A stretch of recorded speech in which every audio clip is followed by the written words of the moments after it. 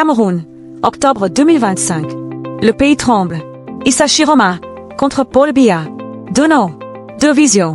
Un pays au bord du gouffre. Chiroma incarne le changement. Biya garantit la stabilité. Entre ces deux hommes, le Cameroun doit choisir. Mais qui a raison? Aujourd'hui, confrontation directe. Un partisan de Chiroma face à un défenseur de Biya. Sans langue de bois. Sans compromis. Résultat des élections. Émergence 2035. Avenir de la nation. Tout sera mis sur la table. Le débat qui ébranle le Cameroun commence maintenant. Active la cloche de notification pour ne rien rater de l'actualité. Serge Anthony Ongene, au-delà de tout, est-ce qu'il ne s'impose pas une remise en question profonde au sein du RDPC? Une très très grande remise en question se pose. Pourquoi? Parce que l'élection que nous venons de passer et dont les résultats sont connus l'indiquent de façon claire. Le président Biya parle de 71% en 2018 pour 53%. Il perd 17 points, 17,4, quelque chose comme cela. C'est un indicateur. C'est un vote de sanction. C'est un vote sanction. Parce que vous allez observer quelque chose. Nous avons 54% de taux de participation. Donc nous avons près de 4 millions de personnes qui n'ont pas voté. Voilà. Et parmi les 4 millions de personnes, il y a des gens du RDPC. Parce que moi, j'ai fait la campagne pour le président Biya. Parce qu'il faut s'assumer. Que j'ai porté. S'il vous plaît, on n'est pas, je dois le rappeler. S'il vous plaît, permettez. Monsieur le maire. Ok, on vient de poursuivre. C'est votre droit de faire la campagne. Il a fallu accompagner des gens pour aller voter. En leur expliquant les motivations. Il a compris. C'est de son droit de préférence. Voyez-vous, ça fait que quand vous regardez les chiffres in fine, vous vous rendez compte justement que la population n'est pas contente de façon générale. Ça, il faut le dire. Mais vous savez en même temps que... Dans la capitale économique, le président a 12%. Voilà, la population... 12%.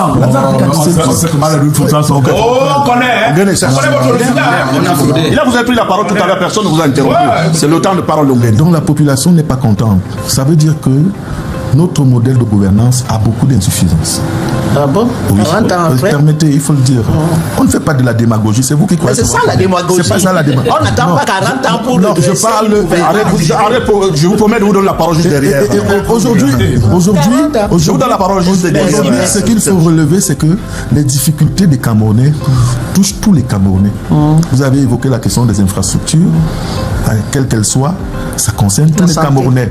Et de par les éléments que je dispose, je sais qu'il y a beaucoup de choses qu'on peut faire à mieux. Et il y a des gens qui n'ont pas aidé le président de la République. S'il vous plaît, maman, si vous voulez faire le débat toute seule, vous le faites. Voilà. Ce qu'il faut relever, c'est que le président a tracé un cap, il a tracé une vision. Pour que nous soyons un peu plus clairs, on voudrait atteindre l'émergence en 2035. Il y a la SND 30 qui est en vigueur. Mais je vous dis, quand par exemple dans un pays comme le nôtre, nous sommes à 10 ans de l'émergence, vous avez un budget peut-être pour l'entretien routier qui ne sert pas. Et on s'endette toujours. Un budget pour l'entretien routier qui ne sert pas et les personnes en charge sont là et tous les années, les mêmes milliards en dizaines repartent, c'est un problème. Qui les a nommés? Oh, mais c'est facile. Donc ça fait que si je veux le changement, je change les autres. S'il vous plaît, vous avez. Je crois que je vais prendre ce temps dans votre temps de parole final. Oui, justement. Ça fait que comme vous l'avez posé comme question, M. Bouba, il y a une indignation générale. Pourquoi? Les Camerounais savent qu'ils sont capables de mieux, de par leur potentiel, de par leurs ressources, de par leurs compétences. Mais maintenant, il y a des vices qui se sont installés, notamment la corruption. Elle est endémique, ça il faut le dire. Je connais des gens, des personnalités qui ont accumulé des dizaines et des dizaines de milliards de par les fonctions qu'ils occupent. Et ça, c'est pas normal. Et ce n'est pas normal. Voilà. Et surtout qu'ils ont des responsabilités sur le plan du développement qui leur a été confié par le président de la République. C'est la prochaine étape de dénonciation. Permettez. Mais qu'est-ce qu'il faut connaître? Qu'est-ce qu'il faut comprendre? Mais on sait que ce sont des DG et des ministres. Qu'est-ce qu'il faut comprendre, maman Henriette? Oui. C'est que, en réalité, il n'y a pas un Camerounais plus Camerounais que l'autre. C'est là où la pédagogie échappe à beaucoup de politiques. Pourquoi? Parce que vous savez, quand vous mettez quelqu'un à un poste de responsabilité, c'est un Camerounais. Donc quand ça ne marche pas, il doit se sentir Camerounais dans la volonté de pouvoir rectifier. Le problème aujourd'hui, c'est que... Même une vendeuse de beignets peut rectifier. Bon, je te sors définitivement. Non, vas-y, Non, parce que c'est difficile avec vous. Vous avez vraiment... S'il vous plaît, on vous a revitalisé. Le sang-goût. En réalité, Monsieur Bouba, il faut changer de paradigme. Il faut changer de modèle de gouvernance. Il faut insuffler un nouveau sang. Et je me réjouis parce que j'ai suivi son Excellence Samuel Vondoyo, le ministre directeur du cabinet civil, à la lecture des résultats, qui a dit que ce septennat qui commence, c'est le septennat jeunes et des femmes. Et c'est grâce à cette population-là, les jeunes, c'est les jeunes qui ont voté le président et les femmes.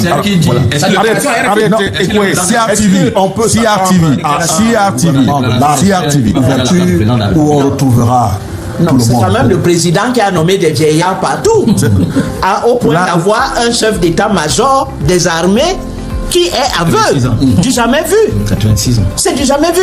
Il est aveugle, le président, quand il nomme tout ce monde-là. L'armée travaille mal. Non, pas un handicapé lourd.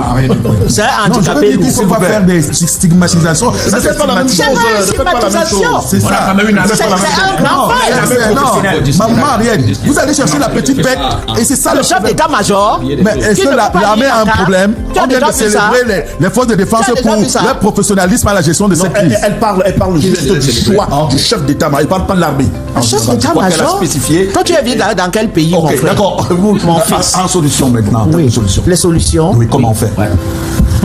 Comment on fait? Pour sortir de la crise. Non, il faut rendre à Issa sa victoire. C'est ça la solution. Il faut rendre à Issa sa victoire. La solution. Oui. Le mécanisme. Comment ça va se passer? Parce que le Conseil constitutionnel a proclamé plus tôt. Je vous en prie.